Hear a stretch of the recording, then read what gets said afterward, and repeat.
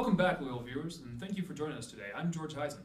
And I'm Mike Raworth, and today we'll be discussing the recent outbreak of Rift Valley fever in northern Africa. Yes, today we're here to discuss the United States military's role in assisting during this foreign epidemic. Joining us today, fresh back from a round of interviews, is Dan Davis. Thank you, gentlemen. Let me just say it's a pleasure to be back in the United States. So Dan, why don't you tell us and everyone watching at home exactly what is happening right now in the Rift Valley? Don't mind if I do. The Rift Valley fever is relatively new to the medical world, with only a few cases having been reported before this year. The onset typically includes symptoms like dizziness, nausea, chills, fatigue, but the telltale sign of the disease and manifestation is large lesions on the skin. I brought with me a video of the conditions in the Rift Valley right now, and I'd like to share with the viewers. However, I will say, due to its severe content, I do advise viewer discretion. 10 to 15 die each day here, but their beds are quickly filled. The virus is spreading fast among families in Monrovia's slums, and with an incubation period over several weeks, no one knows exactly how many more patients will arrive in the months ahead. Local and foreign-run treatment centers alike are unable to cope with the surge. Here at the Doctors Without Borders Treatment Center, they too are at capacity. Wow, Dan, that looks serious. Would you say that this outbreak has become an epidemic? Yes, although an epidemic is usually defined as a disease that affects an unusually large amount of the population, the CDC's definition for an epidemic that they usually use is about 7.7% of the population affected. And where Rift Valley fever has already infected 50,000 people and translates to a staggering 9% of the population, I would definitely classify this as an epidemic. I gotta say, that's pretty scary. So Dan, when our soldiers arrive in Africa, what will they actually be doing to help the situation? That's a great question, and for this one, I'm going to defer to Captain Latrika Smith. Captain Smith, is the commander of the 928th Medical Services Unit out of Fort Carson, Colorado, and is currently preparing with her troops to deploy. So, man, what do you expect to be doing while in country? Well, Dan, our company specializes in the logistics side of medical care, so we'll be going over there, setting up aid stations around the area to treat those suffering, helping out local doctors to make sure that they have the sufficient knowledge and equipment to actually administer effective treatment. But there's also several units that are not medical deploying. These guys will be providing security where needed, and then just helping her out with general manpower throughout the area.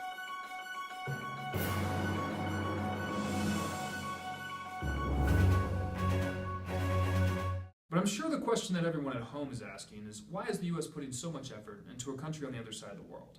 How does an African epidemic affect us? That's a great question, and the answer is rather complicated. The easiest explanation is that the U.S. depends on North Africa for a variety of natural resources such as oil, diamonds, and several precious metals. If the area is wiped out by Rift Valley fever, it will directly affect the U.S. If Rift Valley locals are too sick to work, their economy will take a hit, and in turn, so will ours. Those are some good points. Dan recently had the opportunity to interview one of the board members of the World Health Organization. Let's see what they have to say about this matter. So, Dr. Smith, what can you tell me about your experiences with Rift Valley fever and any of its predecessors in this area? Well, Dan, first, please call me Sharon Jeet. So I began working with the World Health Organization back in '07 and was immediately moved to the Epidemics Reaction Team, or ERT as we like to call it. The WHO is really more involved with the facilitation of outside help during crises like epidemics, as well as tracking trends as the disease spreads. I'm sure you remember the Ebola outbreak a few years ago. My team and I were at the forefront of the coordination with the US when the 101st deployed to Liberia. Now I'm out here in Algeria tracking infection trends and getting data so that we can start research to find the cure for the Rift Valley fever. Fascinating. So it's safe to say you have a lot of experience in this area.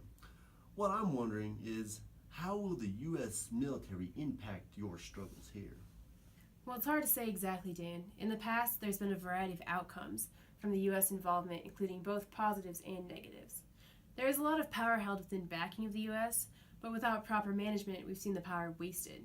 Recently, though, it's appeared, at least to me, that they are being more intentional with their aid and how they go about distributing it. But for what I've seen so far, their aid stations and extra manpower have been extremely beneficial to our cause. I see. And would you say that the U.S. military involvement here in regards to Rift Valley fever has ultimately been a benefit? For now, yes. I've noticed that the longer they stay, sometimes the more difficult it can get. But for now, it's been a blessing to have their support. This concludes a portion of the interview that we'll be showing for our program today. For the full interview, including discussions of the potential effects of the epidemic and how we can help in this situation, visit our website at www.fakenews.com. Well, that was an amazing segment. It's great to hear that the U.S. can make a meaningful impact in their lives. Yeah, too bad we're only doing it to protect our assets. Honestly, we probably shouldn't be out there at all. Let them solve their own problems.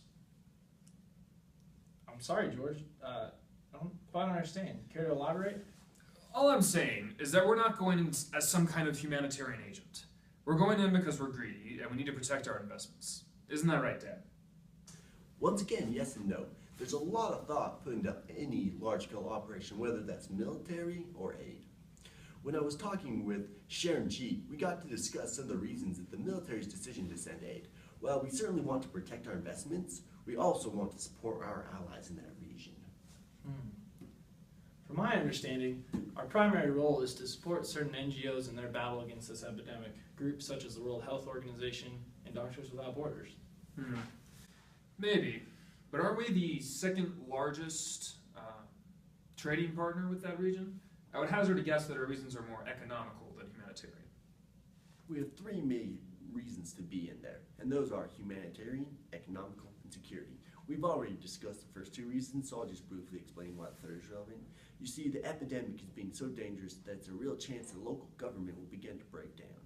Should this happen, we'll see a power vacuum, which will most likely be filled by radical terrorists. So yes, we are trying to fight this epidemic, and we are there to protect our investments. We are also there to provide security for ourselves and the local government. Okay, well when you put it like that, I suppose I can understand the rationale behind our choice to intervene. But what about the potential dangers to our involvement? What about them? Well, we can't just assume everything will go right now that we're intervening. Dr. Smith herself said that our presence will cause problems, and that's just over there. We haven't even considered the potential risk to the homeland.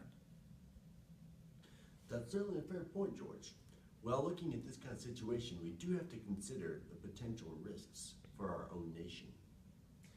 That's exactly what I'm saying. Consider the dangers. What if some of our troops came back infected and now we have to deal with this epidemic? What about the funding that this kind of mission takes? Wouldn't that money be better suited to improving our own nation? And frankly, what if we just make things worse?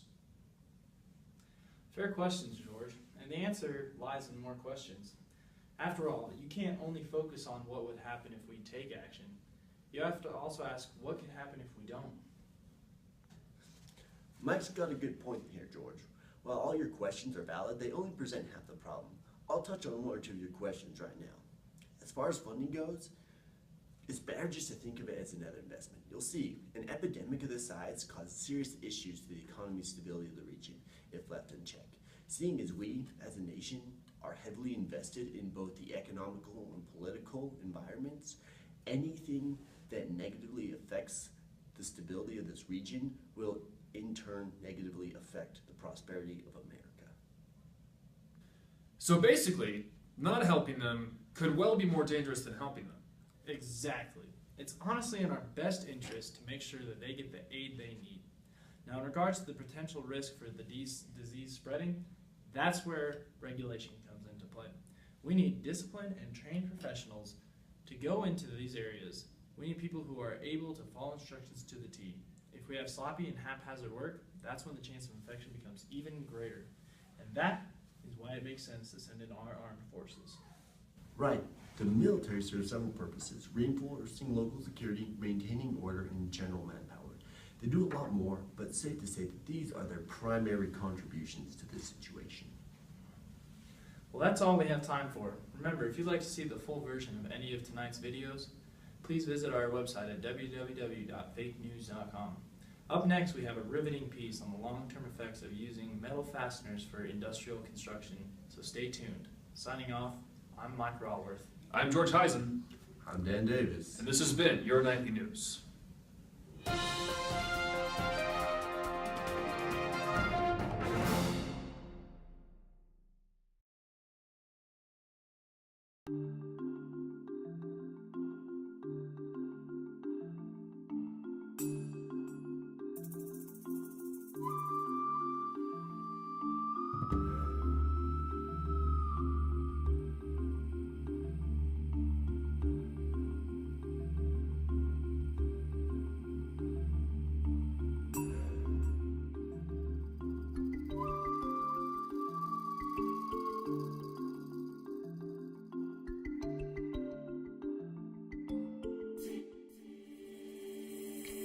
Newscast.